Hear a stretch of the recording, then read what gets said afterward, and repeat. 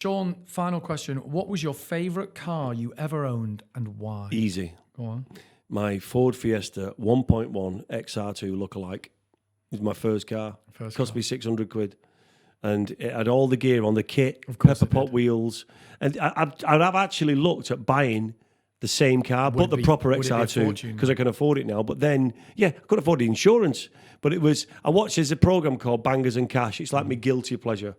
Michelle thinks that I'm an old man for watching it. But when I'm in an hotel or whenever I'm on my own, Bangers and Cash, cup of tea. Oh, it's all the old classic cars, and they have an auction. They sell them. They find these barn finds, and there was an XR2 on there, and I nearly went to the auction and bid it. I didn't, but they're going for like 15 grand. Yeah, because of classic cars, old cars like in the 80s, these fast Fords, and it's only a 1600 engine, 600 injection, so it's probably not even fast anymore. Yeah. But as a kid, to have that car, my first car, to pay with it my own money that I'd saved up, meant the world.